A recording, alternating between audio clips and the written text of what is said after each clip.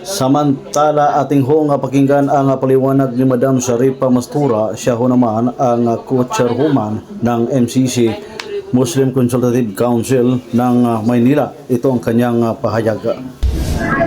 Assalamualaikum warahmatullahi wabarakatuh. Ako po ang inyong lingkod, the Vice Co-Chairman ng Muslim Consultative Council of Manila, the same time PRO of Central Muslim Consultative Council. So nandito po ngayon ang mga chairman natin sa iba't ibang cities.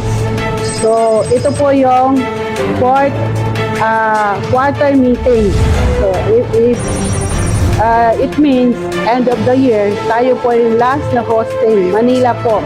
Nauna po sa Pasig, sunod sa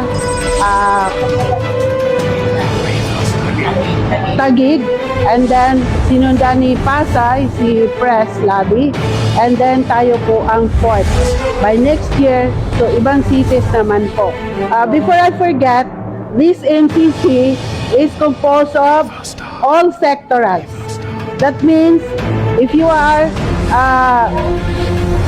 in solo parent, lahat ng solo parents sa Manila ay ikaw head. And then the women's, and then the madrasa, kayo rin po. At saka mag-iipon kayo, lahat ng chairman of the sectors ay mag-iipon ng batas na pwede natin ipanukala within our cities. Kunwari, lahat ng NCC, NCR ay magre-request ng ambulance para may sarili ng ambulance or rescue car. So, lahat po yun, uniformity. So, inshallah, this is not for me. Ako lang po ang inyong sugo, ang inyong bala na gagamitin para masungkit ang anuman ang para sa atin mula sa gobyerno. We must not to say discrimination because the discrimination is because of us. Kasi wala tayong tiyaga, we just want results, we just want harvest, ayuda, but we don't want to process. Magtanim bago umani. So, thank you very much, Pasig, the first quarter.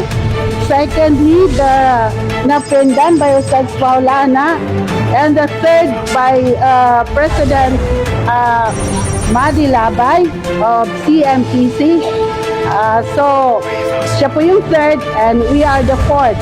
And next year, another round of meeting and another request. Marami na po kaming pinagsama-samang mga request.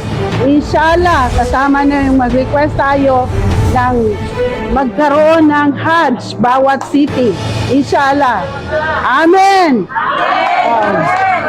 So, pangalawa pa lang yan sa sinasabi ko. At kayo mga solo parents, hindi pwedeng umupo lang kayo dyan. Mag-ingay kayo, maggawa kayo ng batas na pwede nyong ilapit. Tulad ng gender and development, maraming pondo dyan from our government na pwede natin magamit. Assalamualaikum, Dakaluukan President. So, welcome po.